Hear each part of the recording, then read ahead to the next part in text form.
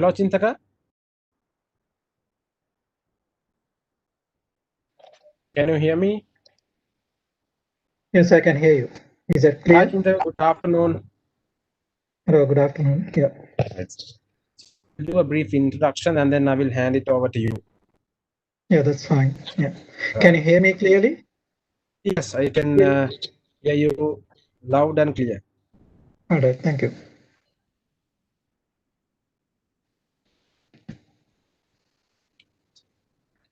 So, shall we start? Right. Good afternoon, everyone. So, welcome to our second week of e-Cybersecurity Week 2020. So, this is our second session of the day. In the morning, we had an informative and very fruitful panel discussion about experience in the different sectors in the country, how they experience the COVID-19 lockdown. So I hope you all learn something from that. So let me remind you our sponsors. I want to thank SLT and Pure TV for telecasting this event. And I want to thank you, Dialog and Mobitel, for providing data-free streaming for our audience. And again, finally, I want to thank Soteria for providing the platform for our hacking challenge. So far, for the hacking challenge, there are 75 teams registered. So I hope everyone is ready for that as well. So let me give a small introduction to the session today. The topic is going to be on virtual learning environments and the impact of the learning today and beyond. So as we all know, due to the current epidemic situation, most of the institutes in the educational sector, they have changed their traditional teaching method. And most of these institutes now has moved to online platforms. So we need to know about this. And as Sri Lankans, this is something new for us. But compared to other countries like Australia, Singapore, UK, and USA, they have been using these platforms and they have been doing research on this as well. Uh, so this presentation is going to be focused on online learning systems and the current state of learning on such system challenges and trends. And also the presentation will be focusing on the issues related to basic functionality and also the cyber security concept of it. So let me introduce our speaker for today. It's Mr. Chintaka Vijaysurya. He is an academic attached to University of Queensland, Australia. He has over 12 years of academic and over 12 years of industry experience in information systems. Chinchaka experience in online learning systems as an academic lecturer, researcher from 2007 till now, 2020. And he was a senior software engineer, a developer administrator from 1999 till 2005. So early 2020, he delivers his teaching purely online because of COVID-19 situation. So he has many students from Australia, Indonesia, China, and other countries. So he has quite a knowledge of knowledge on using these online teaching platforms, and he has the first-hand in experience. And he also done his research. If I'm not mistaken, Chintaka's PhD research is on characteristics of virtual learning environments and also impact to the learning performance. So Chintaka, I welcome you, and I need to thank you for participating for our e-CSW event, even in this busy schedule. So over to you, Chintaka. Thank you, Ravin. Let me share the screen first.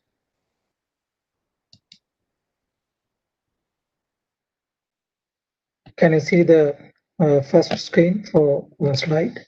Yes, we can see Chintaka. All right.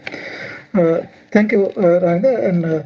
And I should thank all the organizers, the CERT, and as well as sponsors, and also all the participants to make these kind of sessions successful.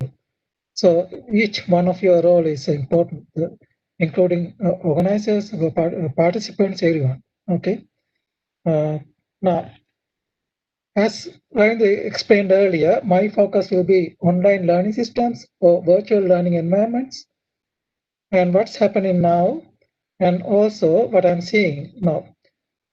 For my PhD, it is almost finished now. It's actually it is finished this year.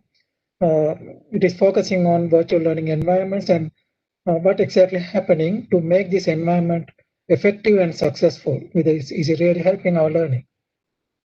And also, I'm looking at the problems also in that situation. Okay, just to explain about myself a little bit.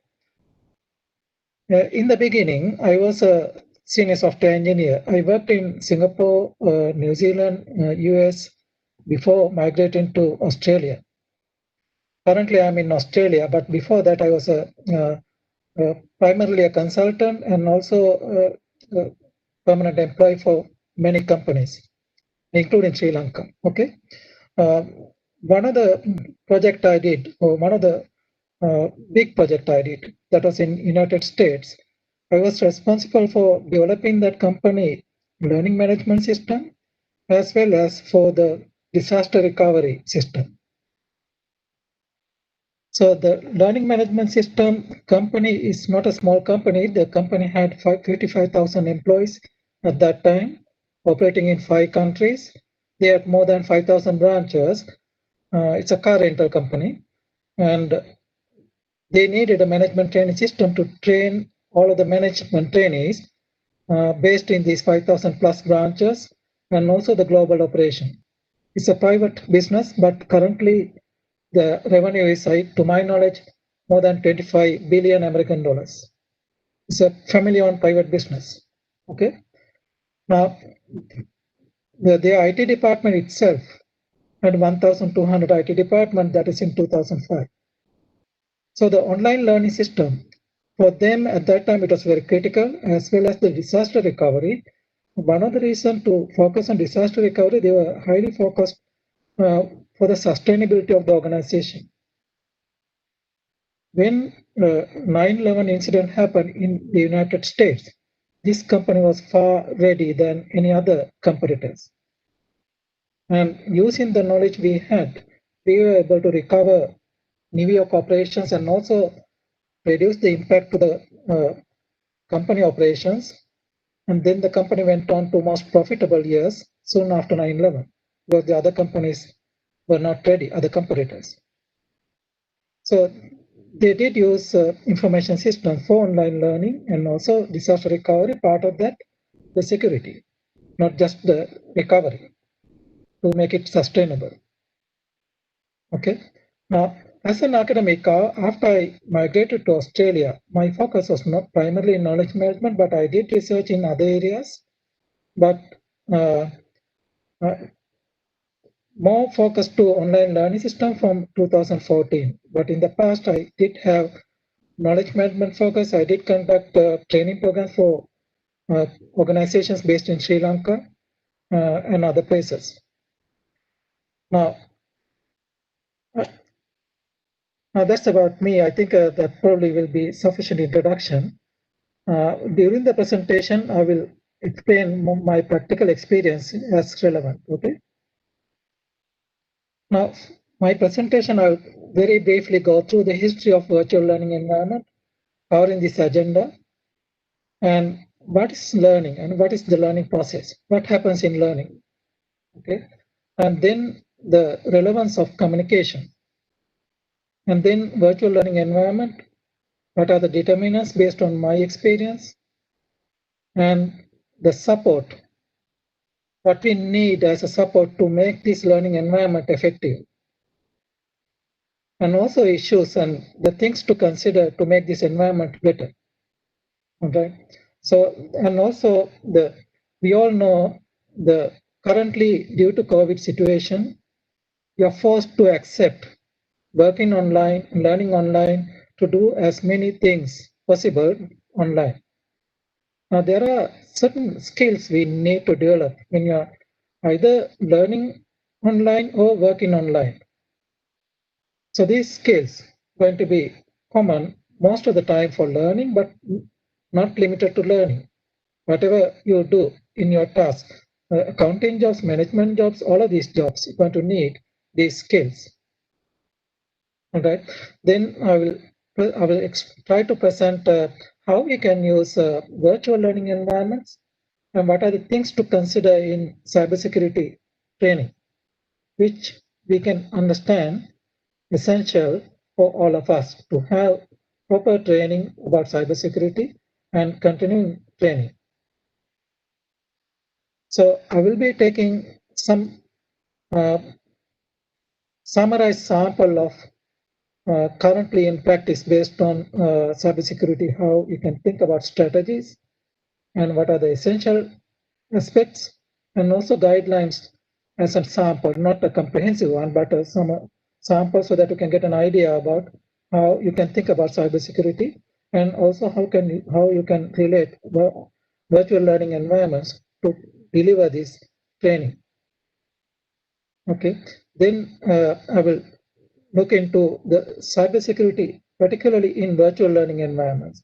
So this is kind of more relevant for universities, schools, or any training departments within organizations. Okay, so that's the outline of my presentation. So now, if you look at what's happening now, online learning, suddenly it is right in front of us. But it was coming. It was coming, online learning, increasingly it is becoming more and more the standard for many institutions, the education institutions as well as many organizations, especially developed countries who can afford this technology. So online training systems is very common now, and the education institutions, that is also becoming very common now. So in Australia particularly, where I am based, without online learning system, I cannot think about any university functioning. Okay, so it is becoming more critical, but the COVID situation highlighted the need of these improvements. Now, this is another quotation from Bill Gates. When you think about information systems, if you use information system properly, then it can magnify the efficiency of your operations. But if you do not use it properly, if you have problems there, then that will magnify the inefficiency. So I'll tell you one example. Now we'll think about an organization calculating the salaries for employees. So normally salary calculations just before the payments. So you have a proper calculation, there's nothing wrong. You do the calculation and then all the amounts, the money transaction can be processed, transfers, everything, maybe less than an hour even. Now, if one of these calculations to have an error, so like instead of some deduction, the correct percentage, if we have an error in the percentage we are deducting, then the amount we are going to make the payment can be wrong. So what happens? If we have a lot of employees, like 1,000, 10,000, or whatever the number of employees, all of them are going to impact. And also the recover this problem, to resolve this problem, going to cost you not only the time, and there will be many other issues related to that. So what the point here is, when you are using information system, we have to be very careful to make it correct first. And then we can automate it. So that will definitely help organizations to improve. Now, when you look at development in virtual learning environment, around 1960s and 70s, we can see the data processing centers and the development of computer technology. In the beginning, it is mostly data processing centers. Somewhere around 1970s, 80s, we focused on automating processes. And also we focused on data warehouses and data mining because we realized we are collecting huge amount of data at that time. Then moving on around 1990s onwards and close to around 2000, we realized this data we are collecting, it is becoming more and more valuable. It's not just data mining. We can develop business intelligence, and that's where the currently there's a high demand. I wouldn't say right now, a few years back, more than 5 years back now, the area analytics, how to process data to make effective decisions kind of. Okay. For the online learning environment, it was becoming more and more prominent around 1990s. Before 2000, most of the universities in the developed world, they had comprehensive online learning systems. But when you're looking at online learning systems at that time, you cannot replace the teacher. Those are primarily content management systems. Having the learning content, but there were efforts to make it more teaching and learning to be more effective, not only as content management system before 2000, around 2000. Okay, so then we know more recently the development of mobile technology, smartphones, Wi-Fi, and all of that. So that increased the connectivity and also the use of this technology significantly. And then the use of online learning systems, it is not limited to the standalone computers or connected to the internet based on desktops. So we use a lot of mobile devices too for our learning. Some of this learning can be formal, some of this learning can be informal, but currently mobile devices are used primarily for informal learning. It is not from a university, but you still try to learn something accessing the internet and browsing the internet, in addition to what you do in your social activities. Currently, year 2020 around this right now, and also in the future, like immediate future and even a little bit long term, we can see the mobile technology as well as the online learning. It will improve significantly, and universities and organizations will use online learning more significantly than before COVID-19. Okay, at the moment there's high demand, and the organization realize they can be more effective by using this online learning system. There is initial cost, but after that, after they establish it, they can be more effective, very effective for the development of organizations, not limited to education institutions. Okay, so you can see that the popularity of cloud computing, the cloud systems, and all of these online opportunities comes with a risk. That's where the cybersecurity is becoming significant. When you store data online, or when you access the company information online, all of these situations, you're going to need the proper security system. It's just like having a security wall around your property or something like that. Because operations, all of the functions happening online quite a lot now. Now, moving on, now, what is learning? So what happens in learning?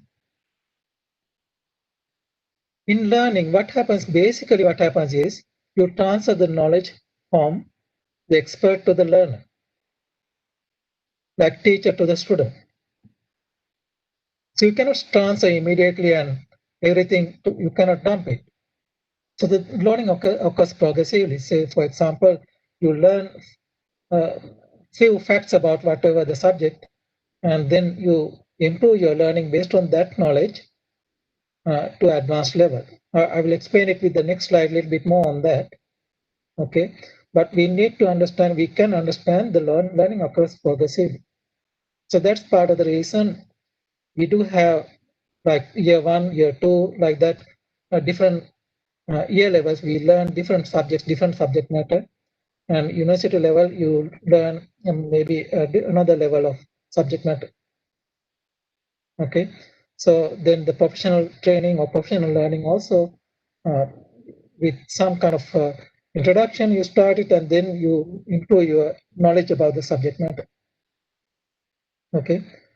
Now, you cannot expect virtual learning environment to replace the teacher. What you can expect is to make it more effective. Using the technology to deliver the content, you can use the technology effectively in certain areas, not to replace the teacher.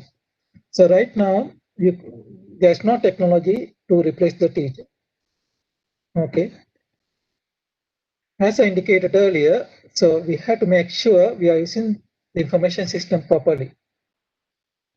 Now, this is a model I'm going to present. This is based on educational concepts.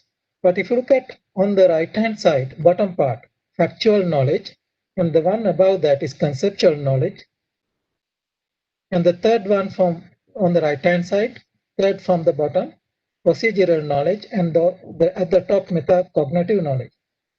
So this is what we learn in educational studies. The idea here is, in the beginning, the factual knowledge, you learn very basic facts about the subject you are going to learn. And the second one, conceptual knowledge, you will understand or you will learn about principles, theories, and the relationship between these facts you learn within the factual knowledge. Okay. And then the third one, you understand how to use what you learn. So that's the third box. And then at the top, metacognitive knowledge, you have your own knowledge you develop. You can apply to different practical situations. So this is what we go through when you learn almost any subject. On the left-hand side, at the bottom, we call it explicit knowledge. And then when you go through the learning program, towards the end of the learning, you develop the expected maturity of the learning. Okay, that's what we refer to as tacit knowledge. Now, in online learning, you can do it very effectively, the factual knowledge aspect. You can do the conceptual knowledge also through online learning. There's no problem, it can be easily done. Okay, but the procedural knowledge and also the metacognitive knowledge, the computers cannot think. So that's where the challenge is at the moment. Having teachers, good teachers, you can expect these two at the top can be delivered very effectively. So this box is not a fixed rule to have this box.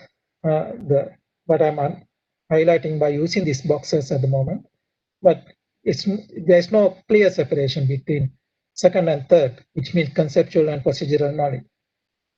But my point here is online learning systems can be very effective, factual knowledge and the conceptual knowledge, maybe to some extent procedural knowledge too.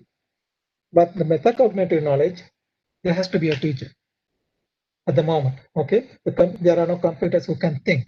We claim they can think. We try to build thinking capability into computers, but right now there's no technology. But there are uh, procedural knowledge and also uh, reasonable arguments. The computers can have some flexibility. I'll give you one example about these 4 stages of learning. If you want to learn about a car, the factual knowledge, you can understand about the parts of the car. Car has an engine, they have the frame, the body, they have the power unit, they have the braking system, the car has wheels, all of that. So those are facts about the car. Then the conceptual knowledge, in a car, you try to understand the relationship between these parts. When you switch on the car, the engine will start and then transfer the power, and then the wheels will be rotated, and when you apply the brakes, the braking system will work like this. So you understand how these parts work. Then you can apply, using the procedural knowledge, you can drive the car. You know you have to switch it on, release the brakes, you press the accelerator, and you move the car forward. So you can practice your car in certain tracks or certain roads once you have the procedural knowledge. Now, metacognitive knowledge, you can take this car even you didn't learn how to drive that car in new places, in very different locations. You can drive this car because you develop your own knowledge now how to drive the car. You know what happens when you press the accelerator, what happens when you press the brakes. Or not limited to that car, you can learn. Having this knowledge, you can learn maybe driving another vehicle. Okay, so in online learning, we should try to deliver this kind of knowledge so that the learner or the student becomes independent and confident enough to face practical situations. Okay. Now, in learning, we all know the communication is going to be very critical. So we communicate by talking to someone. But in the past, we write letters by hand. Not anymore. Maybe very rarely. Writing letters, not that common. You take the phone and make a call. You might send an email if it is a formal one. But more common now, especially younger generations and also the people who use technology, almost all of them use text messages. But there's another message system coming up significantly prominent, I would say emojis. This is not limited to the younger generation. It is heavily used by across all ages, including very, very senior people. They use it, emojis, not limited to text messages. And these messages now has become very short and very expressive sometimes. It's not just a single word, very, very different meanings. Now, this is not a comprehensive list. This is just a sample of some of the wordings we use in text messages. Okay, so we know some of these, but maybe we know all of them. But it's very common use of this kind of messaging systems. SMS and emojis and all the heavily used. So the point here is this communication, there's a change because of technology. So we are not suggesting we should go and adopt this one, but we should understand the nature of the use of technology, especially the popular technology, how we communicate today. Okay. Now, when you look at information systems, almost any information system, we need to look at the information quality and the system quality. It is not limited to learning system. It is not limited to cybersecurity. But this is also important when you're talking about cybersecurity or learning system, especially in relation to a learning system.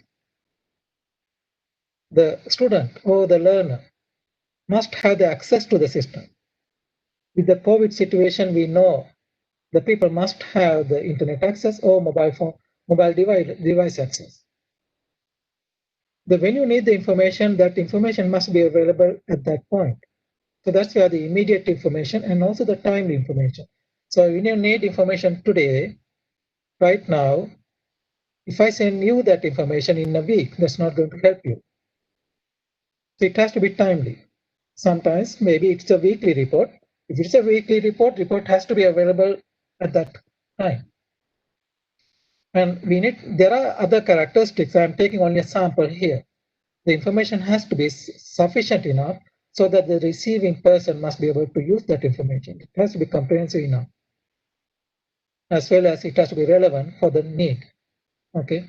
Now, if you look at the learning system must be available in these situations. Normally, in learning environment, not only COVID situations, online learning environments can be available almost 24/7. And it must support the progressive learning. What I explained earlier in that model, the starting from the explicit knowledge, moving towards the tacit knowledge. Okay. So the system must be able to support that, and system must be able to provide interaction and engagement functionality between teacher and the student, as well as student and their peers. And we should allow some level of control as appropriate for the teacher as well as for the student. When I am referring to teacher and the student, it is not limited to schools. Any training institution, any training program, they can maximize the effectiveness of these systems giving these controls. I'll give you one example here. The control from the teacher, if a person wants to send an email to all the people studying or going through that training program or taking that course, if you're sending an email, we should be able to send a consistent email as a teacher to all of the participants. On the other hand, as a student, maybe a student might want to refer back to some of the teaching. Or the student or the trainee might want to go through the material again and again several times. So using the learning system, facilitating this kind of teacher control as well as student control can help. And the feedback, students are normally, I think I'm going to explain this part a little bit more in depth in a later slide, but students online, they expect some sort of feedback, sufficient feedback for their activities. Whether they are doing it rightly or whether they can do something better, they need that. In education or training situations, we refer to this as formative assessment. Okay. Now, when you do online, with the COVID situation, not only teachers, students, all of them faced, or we were in an unfamiliar situation that we don't know how to use the technology for learning as well as we don't know how to deliver technology for learning. I'm not saying everyone, but it is a common problem. So if you raise your hand in a class, the instructor will pay attention to you, but not necessarily in online situations. So there may be some other mechanism to indicate that you need attention. That's a simple example, okay? So another example is even students may not know what to do and how to do or how to use this learning environment. So the people in training programs sometimes will have to ask their friends, how does it work? It's a very common thing. Most of us might have that experience when you're in a learning environment. We ask from our friends, how does it work? What do we need to do? So we need to recognize these kind of issues in online learning environments can be significant than some of these issues can be more significant than in a traditional classroom. If they ask a question from the instructor or the training person, I have seen in practical situations, some of them may be saying it is in the online syllabus. It is not helpful for the people trying to learn. So you need to be more specific. The person asking question in online situation, they're keen to learn. Okay, asking the question itself is an indication they want to learn. So you need to provide proper and effective answer in online environments so that that person will not have or do not need to spend the time looking for an answer for the question. The online environment, especially the current situation, uh, just because someone is mature by age does not mean we are familiar with this technology and how it is used. You can understand sometimes, I'm not saying in all cases, sometimes the kids will pick up how to use these electronic toys much quicker than adults, how to operate switches and functions, not limited to games kind of thing. Okay, so there's nothing wrong with either that person is a child or matured person. So you need to accept it as a fact and then try to help each other. And it is not limited to only parents or students. and also teachers. They're going to need help. The person delivering this training online need help, maybe technical help. Okay, so sometimes we lose our attention to these facts. Having the content online is not necessarily providing learning. To make it an effective learning environment, you need to consider the participants in this learning environment. Now, if you look at the issues and challenges in online learning environments, we are increasingly relying on this information system. Now, the university I'm attached to, if the internet does not work to support the online learning environment, they cannot function. So you have to think about the sustainability of this learning system and the delivering this system.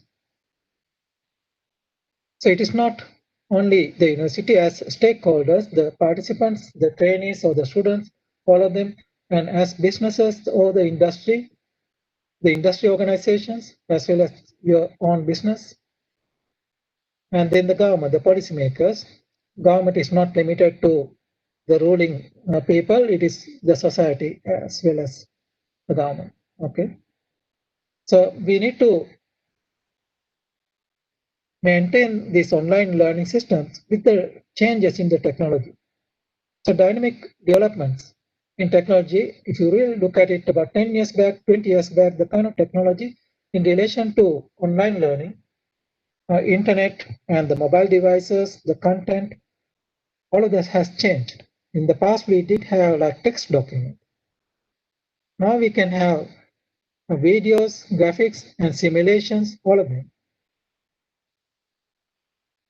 Okay, so once you have this learning system, you should not forget people are going to need updates. If you have a qualification compared to the knowledge in the past, like 50 years back and today, you cannot idle. You need to have proper professional update, professional training program. So keep it up to date. Okay, and you need to have proactive approaches than reactive approaches in online learning.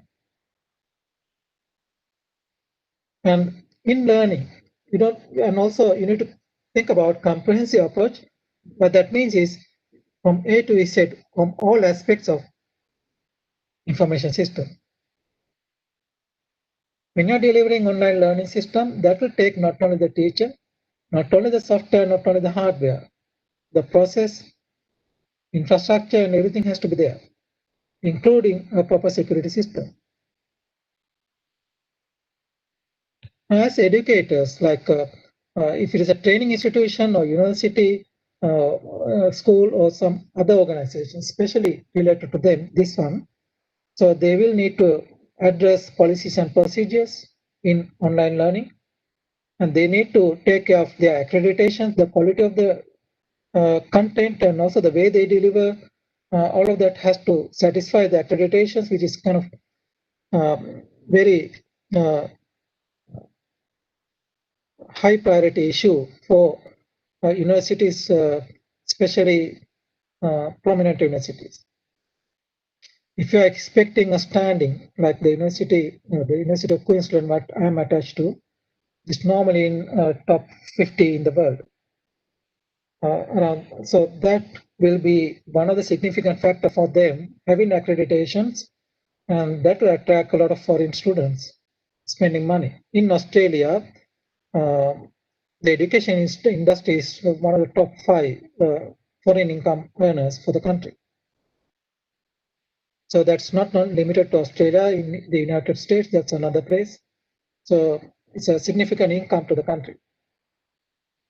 So, and also how you deliver learning, the learning process.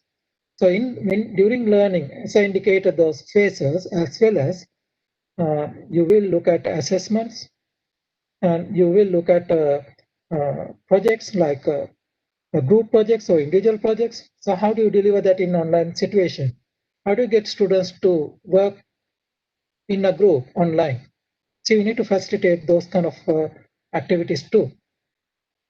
At the moment, the technology is available for all of that, but the way you use this technology is different from institution to institution.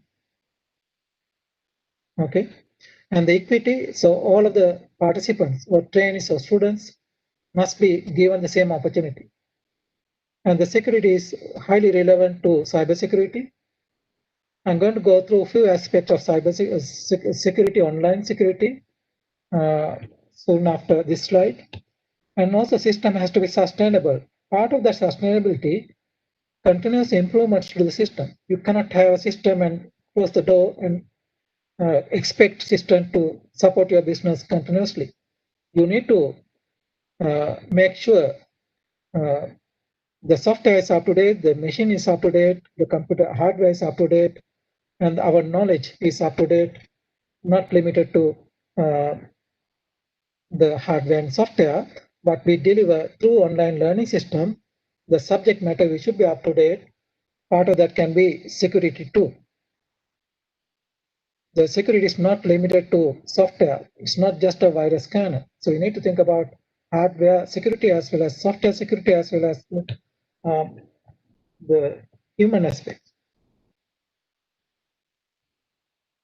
Now, for students in online learning situations, some of them may not know how that works, the learning system, how it works. So another big factor is the isolation. Students feel increasingly isolated and helpless in an online situations.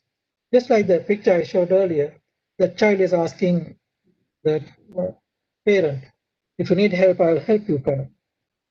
But students, if they need help, they cannot get help immediately or timely. They feel more and more isolated, frustrated, and disappointed with that, and also less motivation for the study. So there are other cultural aspects too. It's kind of more personal aspects, part of that cultural aspects. How you look at learning online and interacting with others online. So there are some cultural aspects too. So something to pay attention.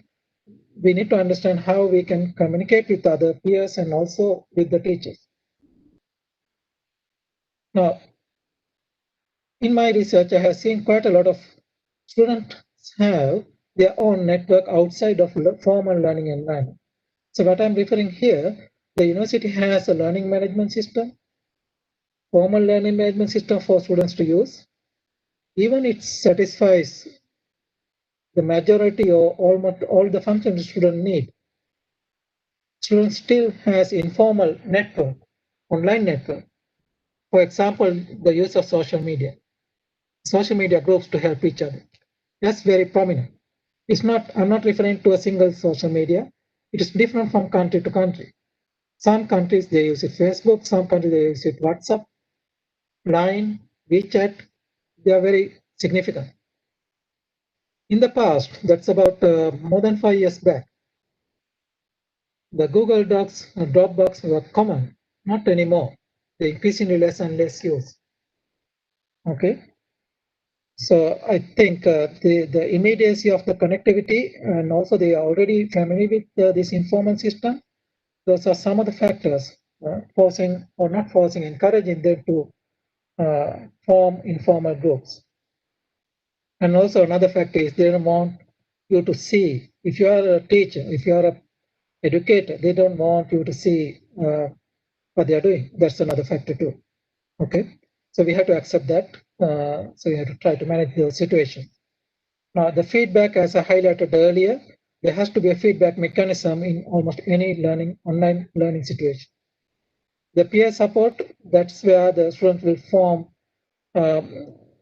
informal groups, but formal learning management systems, they can provide some discussion boards or frequently asked questions and that kind of facilities, functionalities through the formal learning system.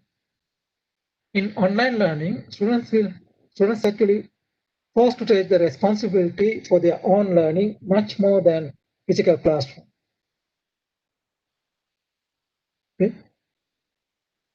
Some of the skills, part of that skills students going to need. Now, these are the skills I mentioned earlier in the beginning of the presentation. These skills, it's actually not limited to online learning. These skills can be transferable to almost any online work environments too. Okay, but it is important in online learning too. The problem-solving skills, analytical thinking, communication, collaboration. I already explained communication, the collaboration, how you work with others, online situation. When you are working with others online, we need to consider, we need to understand it's not going to be limited to your local environment. You're going to work with, especially in work environment, you're going to communicate and work with people from other countries, other people who speak other languages, people think differently, and different levels of maturity of whatever the topic or the subject, or different professions like that. We need to be able to work with them together towards whatever the objective, learning objective, to achieve that learning objective. The creativity, so to like the innovation, like some to come up with new ideas. Okay, the critical thinking, self-management, ethics, security, formal and informal system, familiarity with these systems. That's also important. Okay, the self-management, you really need to be able to manage your time, prioritize your work, and the initiate yourself, and those kind of thing is a must. Okay, so otherwise you're going to find increasing challenges in online work environment. The ethics, uh, that's another broad area. The respect to others, in short. All right, do the right thing. Okay, the personally and socially. So now this basic knowledge of all of these, including the security, can be delivered through online learning systems. But at some level, you are going to need different approach. Maybe you can do that in online learning situation, but the beginning, the initial part definitely can be done using online learning system. Okay. In my research, I looked at technology aspects, the characteristics of technology, things like the information characteristics, hardware, software characteristics, and also organizational characteristics. So the organizational processes, the priorities for organizations. So you and I have a single box. There can be many dimensions of organizational characteristics. Okay. And the third box on the left-hand side is behavioral. The cybersecurity threat primarily coming from the human interest. Even we have a perfect technological and processes, organizational process, everything properly, but the human behavior needs uh, the awareness and also the responsibility of the cybersecurity. Okay, so what I'm pointing here is we can consider cybersecurity learning performance through online learning environments. We can consider these technological characteristics, as I explained earlier, the hardware and software characteristics in cybersecurity, as well as information system characteristics, okay, and the organizational interest priorities, okay.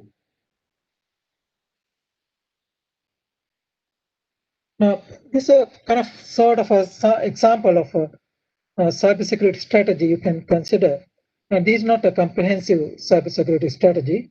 This is an example of in an organization what you can do. You need to have a vision what you are going to do. Okay, so it can be applied to whatever the organization is, but the organization may be education, maybe professional services, maybe insurance or something like that. Then you will have a mission statement for the cybersecurity strategy. Okay, so then you need to identify the principles and also the challenges in cybersecurity. So you set the strategies and objectives, and you must have the how do you measure this online learning environment? How do you measure this? So you need to have measurements, the whether you are doing it right or wrong, or whether to what extent you are doing it. Okay. So then the information security management in this situation, and again I'm taking education environment as an example, but any organization they have their records. So how you are going to apply cybersecurity for your records? Most of the records these days we have digital records online. Okay, the credit card information of your customers, your suppliers, or if it is a student credit card, how are you going to manage it? The organizational financials. So that also another aspect we need to consider cybersecurity strategy. So this is a brief example of cybersecurity strategy. Okay, so moving forward, once you have the strategy, then you can identify the essential characteristics. Now, in this situation, I'm highlighting these 9 items as a sample. The password guideline. So you might consider, okay, sample is a simple, password is a simple thing, only I know. But there has to be a guideline how to make a password. I'll go into details on that only for that item because of the time. But each one of them can be a training module in cybersecurity awareness training. So you can have a module only for password guidelines, maybe 10 minutes, 5 minutes, whatever the time. Okay. But a separate focus will help. If you have a specific focus to one of these items, we are going to do it thoroughly rather than just covering all of them and not doing it properly. Okay, so that's the whole idea here, to identify these 9 items, and each one of them will have a separate module. Now, how do you use Wi-Fi? The Wi-Fi is if you are using a laptop, the company on laptop, when you're traveling, you might need access to the company information. So how do you use it? Maybe you have a portable modem. Maybe you might use public, which is not advisable. You might use publicly available Wi-Fi sometimes. Okay, and also how do you share the information in online situations? In a workplace, how do you share the information? We know email or any content online can be distributed significantly. And how do you protect your files? Maybe password, maybe in a separate folder, maybe different area, different disk. Now, multi-factor authentication is another good approach for organizations, not limited to education institutions. Where I work, when I access the internet, I must go through more than one layer of security. I'll explain what is multi-factor authentication a little bit more in the next slide. And how do you manage emails? How to identify scams? All of these has a critical impact if anything goes wrong, because we are relying on these information systems significantly more and more now.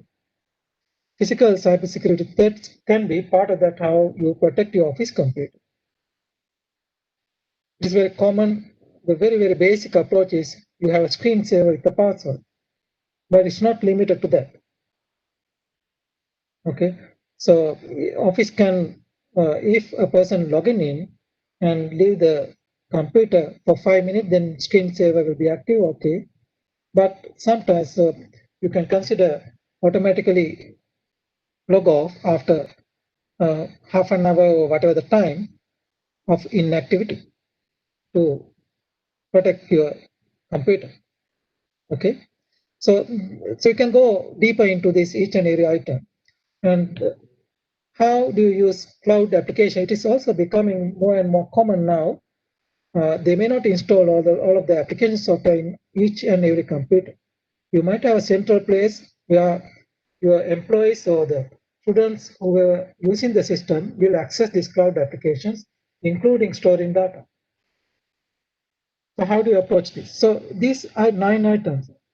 So I'm giving some examples how you can pay attention to the specific aspect of these 9 items. I'm going to go into only one of them, password guideline.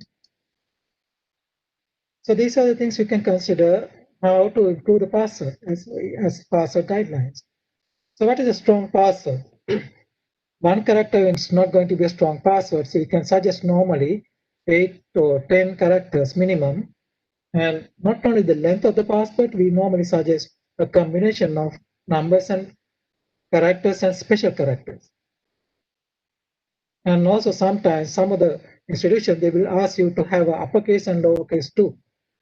So characters, the letters, numbers, special characters, as well as uppercase or lowercase combination. So how do you, so strong password should not be your birthday or someone in your family. birthday. It should not be like that. Okay. And how do you recover password? If you don't remember, how do you recover password? The common approach is they will send a link to your personal email or whatever the email you have given. It may not be limited to that. Okay. So if you are supposed to store a password, normally personally I don't recommend it, but even I try to avoid it. Sometimes you are forced to store password in certain situations. So how do you store it? Okay. Now it's very common. You might have uh, multiple online access accounts, like your banks, your company, and your personal email or social media. If you look at it, easily it can be somewhere between 10 to 20 easy in average person. Okay. So sometimes you are forced to write it down or store somewhere. Okay. So don't share or reuse your password. So that's another one. So very straightforward, basic. Be aware of fake websites. So when you log into the internet, you need to be able to understand, is this a correct website or not? Now, change of password normally happens. Normally, organizations will force you to change the password yearly. The frequency of change can be depending on how important that is to the organization. Okay.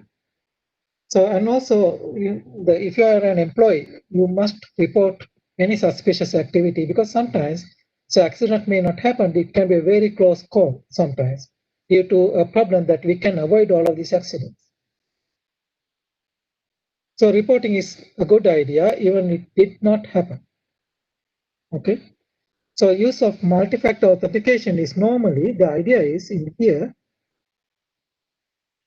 you enter your user ID and the password, as well as idea is something you know, that is your user ID and the password, and something you have. You must provide both to access the system.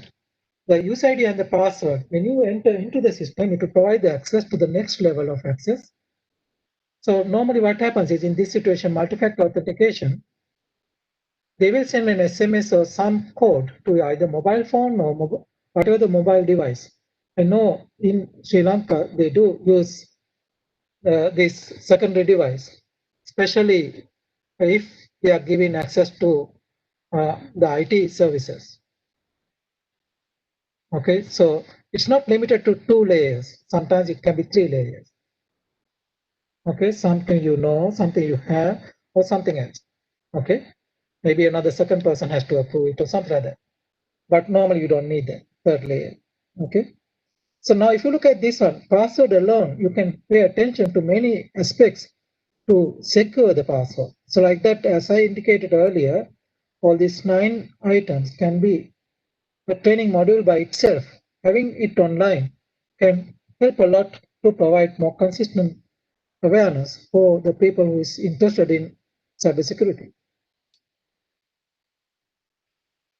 Now, when you're providing learning, so this more organizational decision, all staff must be given training as well as they must have the responsibility in online learning environment, especially in relation to cybersecurity. So if you pick up a USB on the floor inside the company, what do you do? So the company employees must be educated how to manage that. How do you do it? So you pick up the USB, you go and put that into your personal computer in office and check it out. Is that what you do? So that's not the advice you can give. That's not the best thing to do. I know one company had a dedicated computer before they use the uh, to check this kind of the USB, especially USB. When someone finds it, they are supposed to hand over to the this IT security paper, and they will check with this standalone computer not connected to the internet. Okay, so the awareness and also the responsibility for all staff is necessary, depending on the role. Not all of them are given the same level of training. It is not necessary, but they need sufficient training. Now, as a as an employee at the university where I work, the cybersecurity awareness is mandatory. So they have a small training session, and there are other specialized training areas. I wouldn't say specialized, other focused training areas, but the cybersecurity training, without that, you're not supposed to work even as a casual employee in that institution. And that can be the same for even for students, not only as a staff. Okay, it is online, it's a basic training. So we have to go through that training before taking up any employment.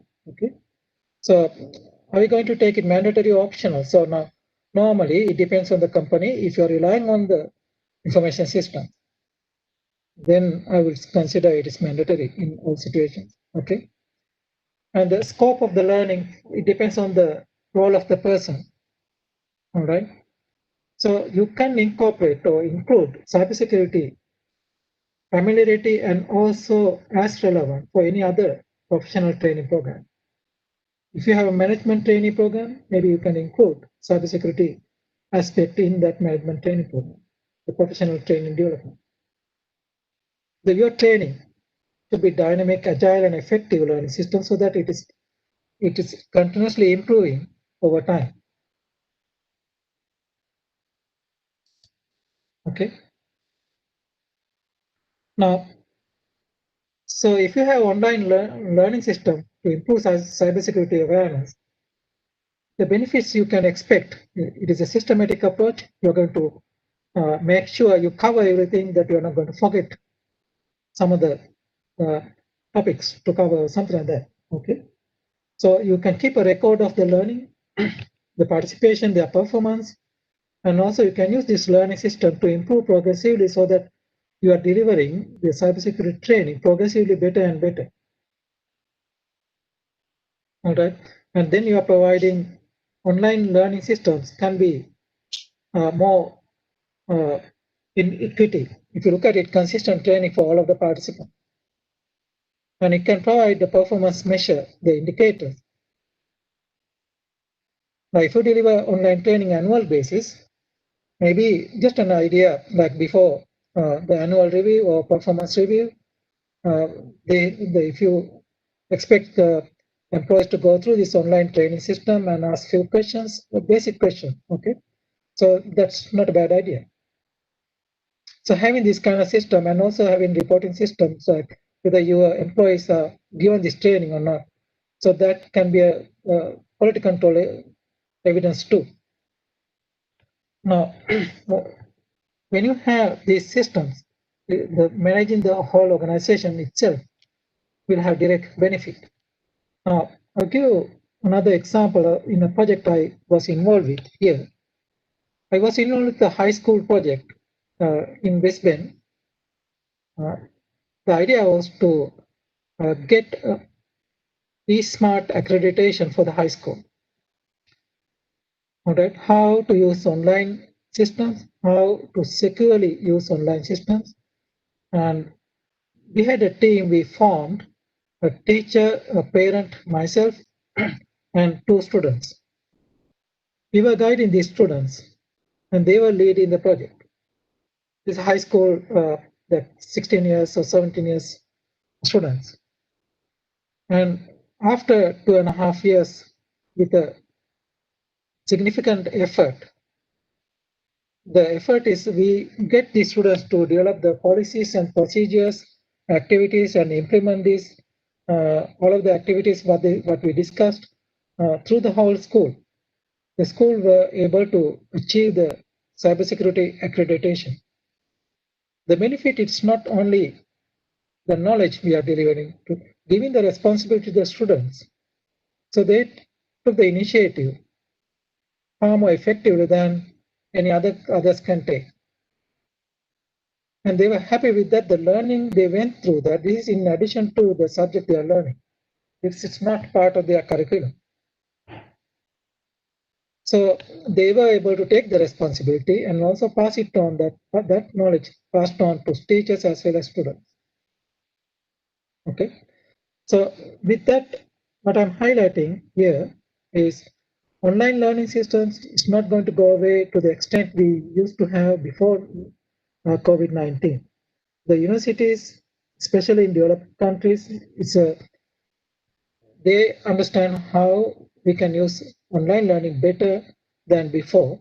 They are trying to maximize the use of this online learning significantly in the future, even after COVID-19. Okay, so that's one aspect, and also we should be familiar with that because if you are relying on these online learning systems, if you are relying on information systems, if you are relying on this technology, it is not going to be a choice. My last point here, we can start from the awareness of cybersecurity. That's not an option. It is a necessity for sustainable organizations. That is also the reflection of my work experience, the disaster recovery, because that company were ready. They were ready more than other competitors, went on to most profitable soon after that incident, and they were sustainable as an organization. With that, I'm completing my session. Hopefully, you understand the importance of online learning, what you can do in this. Okay, thank you all. Thank you, Chintaka. This was a wonderful session. And you open our minds to a different aspects. I know now in Sri Lanka, most of the students do their studies using these platforms, and also instructors, they are using this. They are new to this. So there are things like how do we evaluate these students? How do we check the progression of students? So there are a lot of things that we need to consider. And an organization, some organization, they do training through online platforms these days. And if I highlight the things that you talk to us today, you talked about the history of virtual learning systems. You talked to us. You talked to us about what is learning and the core elements. And you mentioned that this virtual learning environment cannot replace a teacher. That is what you pointed out. And also, you talked about these learning systems. You need to think about the quality of the information, what you deliver to students, and also the quality of the system as well, the availability, the technology. So you talked to us about that as well. And then again, you talked to us about the challenges of these virtual learning environments. So you said that they are really rely on the technology, and it rely on the stakeholders, and because of the technology is keep evolving, uh, these online virtual environment should adhere to those technologies as well. So there are a few questions. Uh, Yep. uh, there's someone is asking, can I know any? Someone is asking, can I think it's contact information about you or organization. So anyone, so someone is asking about you. Is it okay to share your contact information? That's fine. I'm totally fine with that. I'm happy to uh, discuss with any questions they have even after this session. Right. Uh, I was actually I was involved with heavily involved with volunteer work too, Right. emergency services and disaster recovery voluntary work also. So that has given me some practical experience. For example, I was a senior officer in Queensland State here in Australia for emergency services. Um, Right. I'm totally fine with that. If someone Okay. is to talk to me about anything related to what we covered, I'm Yeah. fine. You can share my information with the Right. participants. That's fine. Yeah. Okay. We'll share your email address with the participants, and I think we put it on the chat as well. Yeah, So with the time, Chintaka, I will ask you a few questions. yeah, Uh, uh, let's say now what are the key facts that can impact online learning performance? If I ask you that. Now, online learning, I can relate back to that previous slide. When you are looking at online learning, what are we expecting from the online learning system? Okay, so if I go back to that slide I was showing, learning occurs progressively. This one here. Yes. Now, different stages of learning, the impacting factors can be different. Now, I will relate directly to university or school environment, but as I said, I'm not limited to only universities or schools, because I did work about 7 years in the industry developing learning system for them too. Now, the facts in the factual knowledge learning and the conceptual knowledge learning, it can be different than procedural knowledge and the metacognitive knowledge at that level. Now, if I go back to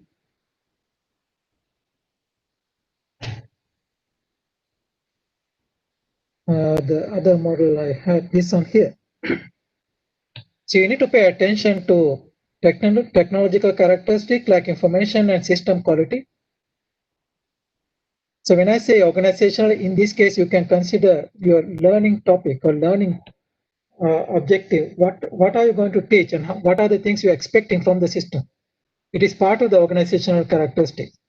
When I say organization, I'm not referring only to the business. We do have an objective here to deliver this learning. So if you're expecting to transfer only a basic facts, then that's different than developing the cognitive capability, the capability so that they can use that knowledge. That's different. Okay, so those are the things I can highlight: the information characteristics, and also the system characteristic, and also the learning process characteristic. So those are the key areas, but there are other dimensions of each of these areas related to what you're expecting to deliver in that training. Okay, so there are other aspects too, the things we covered already, but that's an overall picture. Yes, that's true.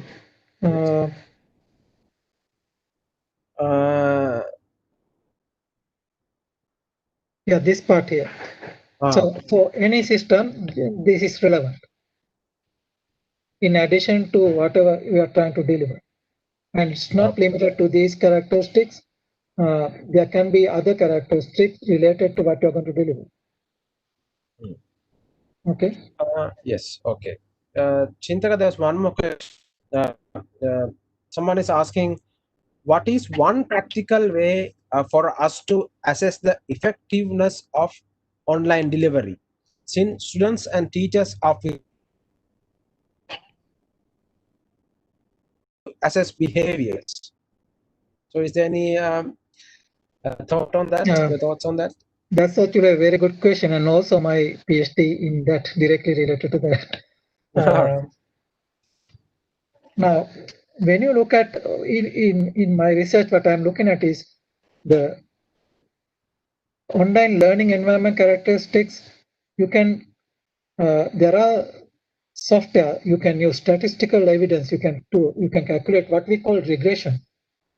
So we consider these impacting factors, learning system, the subject matter, and all that as impacting factors influencing our learning performance.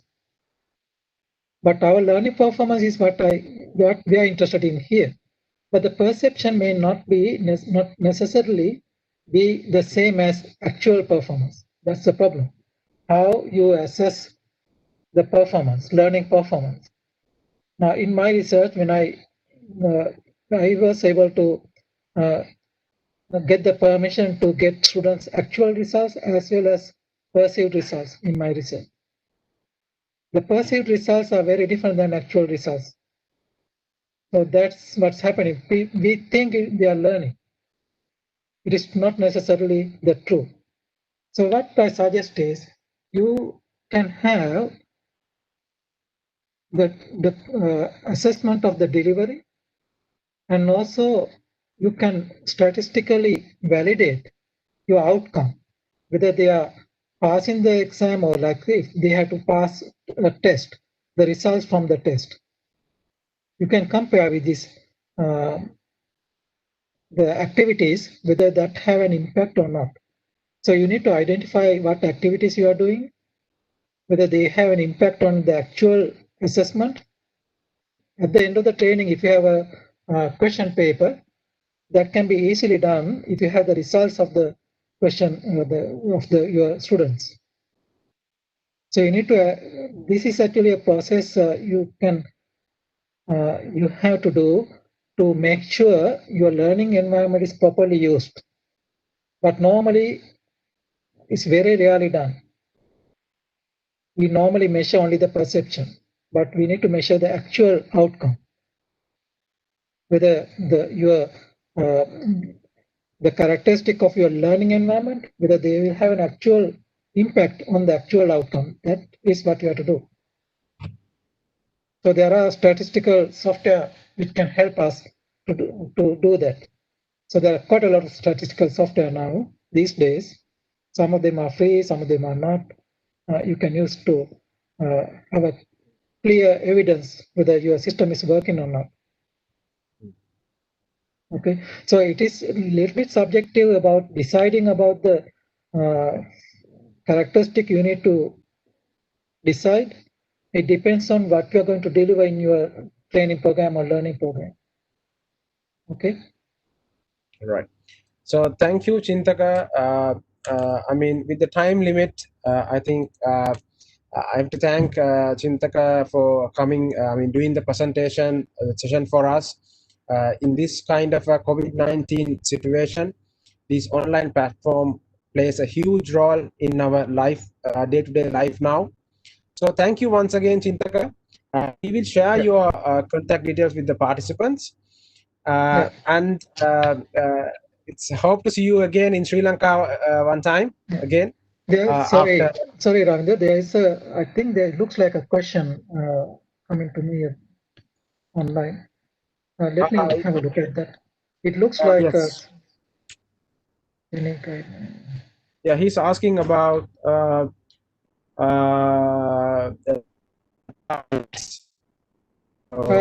no, there's another question here. Is there any guidelines based on scientific evidence on the hours to be taught online, the time gap between two online classes, lectures, and other related information? I will say there's research going on, but this is another area we did discuss. The time we are spending online may not be the suitable time like in a face-to-face class. That's actually a valid point. The question here is whether gap between online classes, the time duration for online classes, whether there is any evidence. That's the question. There are research going on. I know Melbourne, there's another researcher doing research about assessment, how you identify your students when coming to the exam online, and how do you best assess a student's knowledge online. So there are a lot of research going on at the moment. So that's the short answer.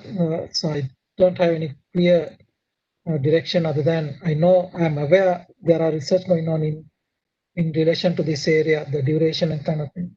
Okay. Right. Sorry to interrupt. Yeah. Over to you. Yeah.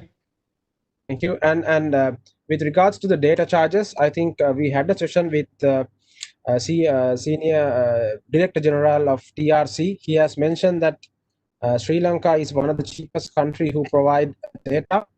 1 GB cost only 6 rupees. And most of the ISPs nowadays, they have data packages for different platforms. For if you are using Cisco WebEx, they have a different platform. If you are using Microsoft Teams, they have different platforms. So I think with that, Chintaka, we close some the sessions for today. Yeah. So thank you again. And thank you for everyone who participate for today's session. With that, I want to tell you, let you guys know that tomorrow we are having our cybersecurity hacking challenge. It will be in the morning from 11 a.m. to 3 p.m. So it's 2 p.m. It's going to be 3 hours. So I hope to see you all there. And thank you again. Thank you. Ravinder. I will send you the PowerPoint so that you can, yeah, I am getting some direct messages you can share with the participants. PowerPoint if you need.